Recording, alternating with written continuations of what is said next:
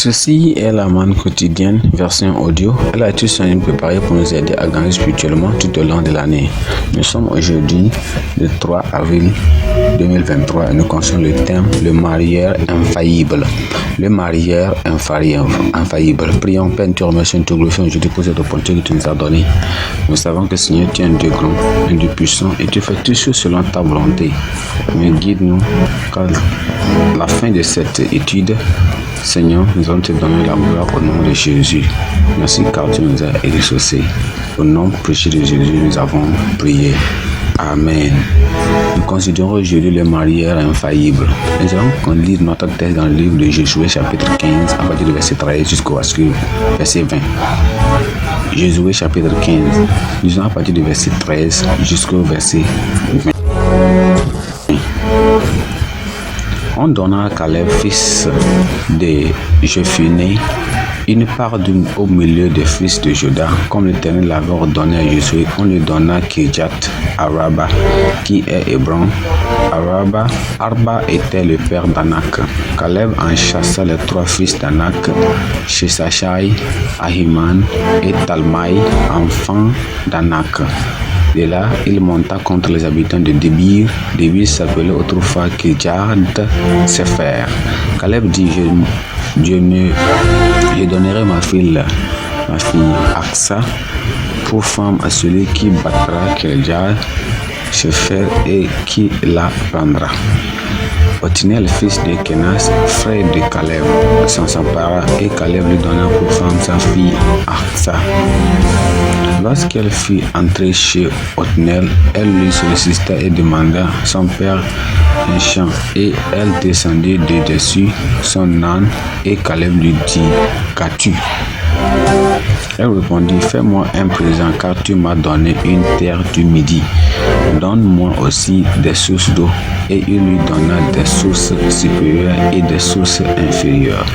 Tel fut l'héritage des fils de Juda selon leur famille. Notre verset clé, c'est le verset 16.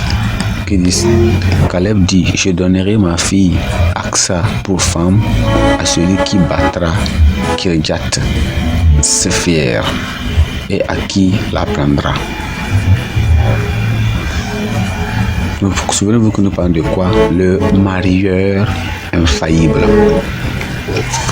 Dans certaines sociétés, les mariages arrangés sont une tradition et ils continuent de représenter là-bas une écrasante majorité des mariages. Bien que la tradition du mariage arrangé n'ait aucune reconnaissance ni soutien juridique officiel, l'institution s'est avérée étonnamment robuste malgré les changements sociaux dans la société.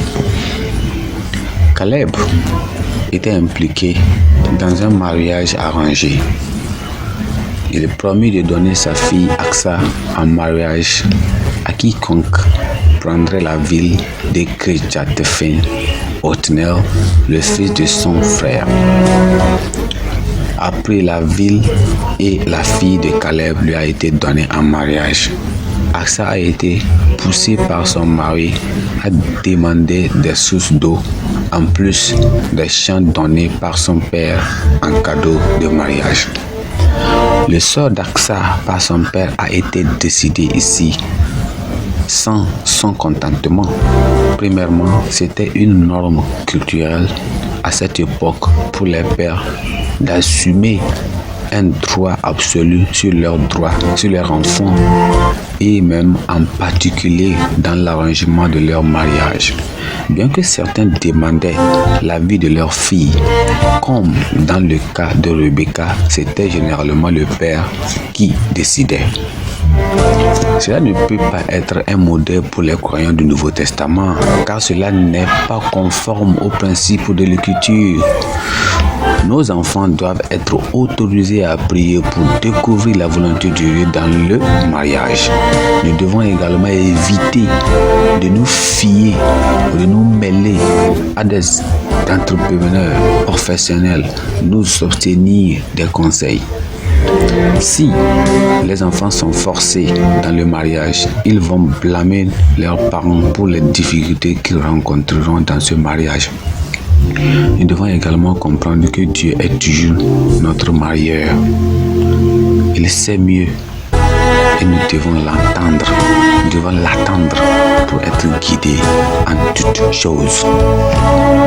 Pensez du jour, Dieu est le marieur infaillible. Dieu est le marieur infaillible.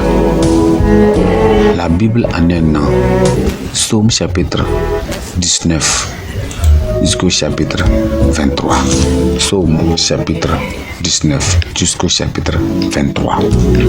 Prions, Père, nous te remercions aujourd'hui, nous te bénissons pour cette parole.